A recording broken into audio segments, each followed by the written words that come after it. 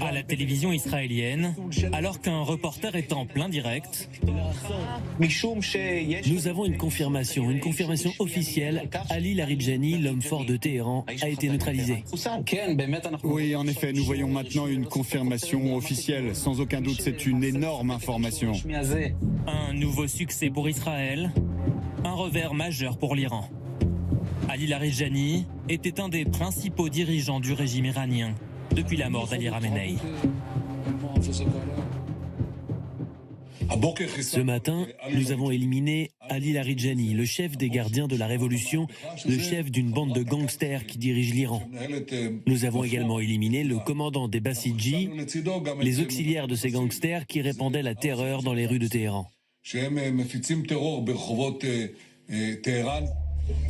Alors que ces dernières heures, d'intenses frappes ont touché Téhéran. En Irak, à Bagdad, l'ambassade américaine a, elle, essuyé des attaques de drones. Une guerre qui s'enlise et, chose rare, un président américain qui demande du soutien. Le président Trump lance un appel direct à la communauté internationale pour aider les États-Unis à sécuriser le détroit d'Ormuz afin d'éviter une crise mondiale de l'approvisionnement en pétrole, tout en affirmant que les États-Unis pourraient défendre le détroit par eux-mêmes. Conférence de presse à la Maison-Blanche. Le président demande à ses alliés de s'impliquer à ses côtés dans le conflit, tout en continuant à affirmer. Nous n'avons besoin de personne, nous sommes la nation la plus forte du monde. Trump, fidèle à son style, distribue les coups. Le Premier ministre britannique... Ils devraient s'engager avec enthousiasme. Nous les avons protégés pendant des années avec l'OTAN. Emmanuel Macron... Sur une échelle de 0 à 10, je lui donnerai un 8. Ce n'est pas parfait. C'est la France. Donald Trump, décidément très agacé par ses alliés. Il y a des pays où nous avons 45 000 soldats, d'excellents soldats qui les protègent du danger, et nous avons fait un excellent travail. Et quand nous leur demandons, avez-vous des mineurs ? Eh bien, nous préférerions ne pas nous impliquer, monsieur. Et j'ai dit, vous voulez dire que depuis 40 ans, nous vous protégeons et que vous ne voulez pas vous impliquer dans quelque chose d'aussi mineur ? Le retour de l'interventionnisme américain, rattrapé par la réalité et le risque d'une crise mondiale sur les hydrocarbures. Hier, une attaque de drone a provoqué un incendie dans la zone pétrolière de Fujairah, aux Émirats arabes unis. Non loin de cette zone portuaire, un nouveau tanker a également été attaqué. Dernier d'une liste qui commence à s'allonger, preuve de la paralysie qui gagne le détroit d'Ormuz. C'est le président de la République. Cet après-midi, Emmanuel Macron répond à Donald Trump, rappelant la position française. Nous ne sommes pas partie prenante au conflit. Et donc, jamais la France ne prendra part à des opérations d'ouverture ou de libération du détroit d'Ormuz dans le contexte actuel.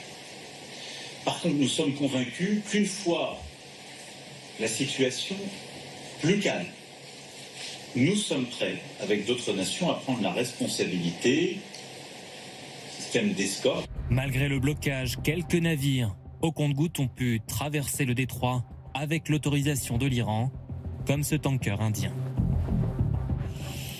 Alors nous serons dans un instant en direct de Washington avec Sonia Dridi, mais d'abord cette question. Après la mort d'un soldat français, pourquoi ne voulons-nous pas aider les États-Unis en Iran ? Un mot sur la réaction à l'instant d'Emmanuel Macron qui répond non. Écoutez, je reviens à une histoire pas si éloignée que ça, 2003. À l'époque, les Américains avaient cherché à convaincre tout le monde. Ça avait duré des mois au Conseil de sécurité. Après, on a dit non, d'accord. Mais ils ont cherché à... On parle de la guerre pour l'Irak. Voilà. Là, zéro. Pas une coordination, pas une demande à personne. On fait ça en tête-à-tête avec Israël. On y va. Et quand on est embêté, à ce moment-là, on demande aux alliés de venir.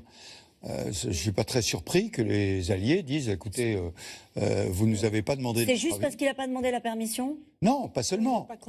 Non, c'est pas demander la permission. Mais tout le monde était opposé à cette guerre. Tous les pays du Golfe l'avaient dit, tous les pays européens ont dit, il ne faut pas le faire. On le fait.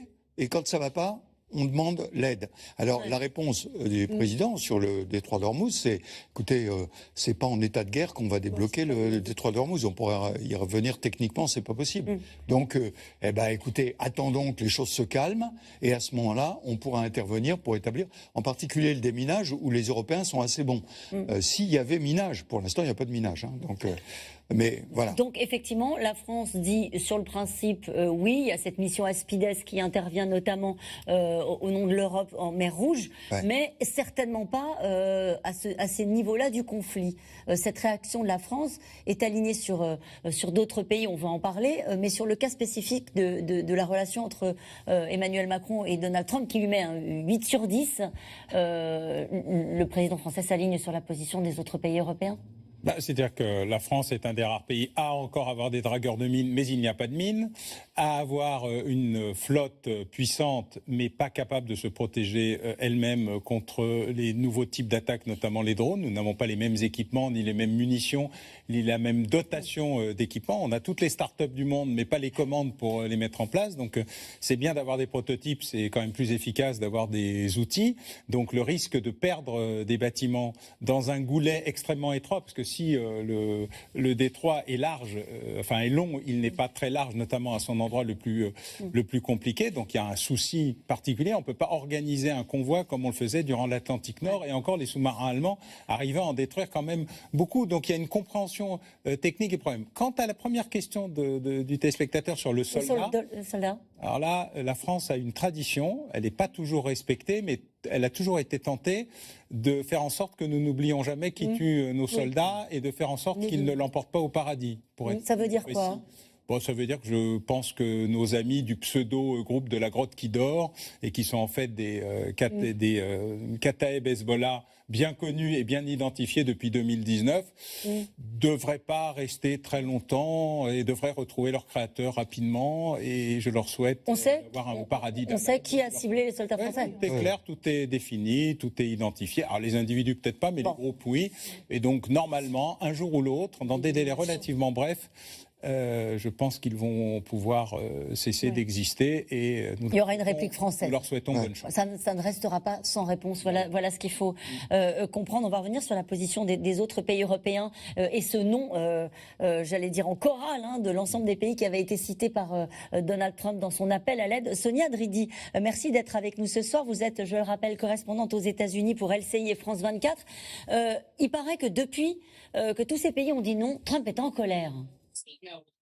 Oui, c'est notamment Lindsey Graham, un sénateur républicain, vraiment l'un de ceux qui a le plus poussé, ou en tout cas encouragé Donald Trump à intervenir en Iran, qui a dit qu'il avait parlé à Donald Trump juste après ce message que Donald Trump a posté sur les réseaux sociaux en disant qu'il avait appris que la plupart des pays de l'OTAN ne voulaient pas aider les États-Unis à sécuriser le détroit d'Ormuz. Et Lindsey Graham a dit « Je ne l'ai jamais entendu autant en colère ». Et puis, il y a peu ici à la Maison-Blanche, on l'a entendu dans le bureau ovale, et il a encore dit sa déception à l'égard des pays de l'OTAN.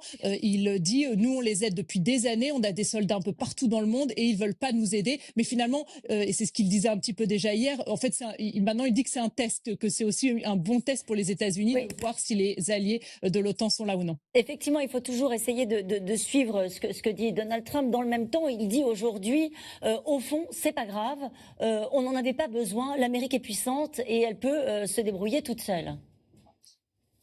Oui, et c'est ce qu'il m'avait dit aussi hier quand je lui avais posé la question à propos de l'aide éventuelle de la France. Mais on sent quand même une grande frustration de la part de Donald Trump parce que il parle beaucoup justement de ces pays de l'OTAN. Il a dit il y a quelques jours au Financial Times que l'avenir de l'OTAN serait sombre s'il n'aidait pas les États-Unis. Donc quand même pour Donald Trump, on sent que c'est un échec. Déjà, on sait aussi de plus en plus, ça est confirmé par des médias américains, qu'il ne pensait pas, en tout cas selon le Wall Street Journal, il pensait que l'Iran allait capituler avant de pouvoir fermer ce détroit d'Ormuz.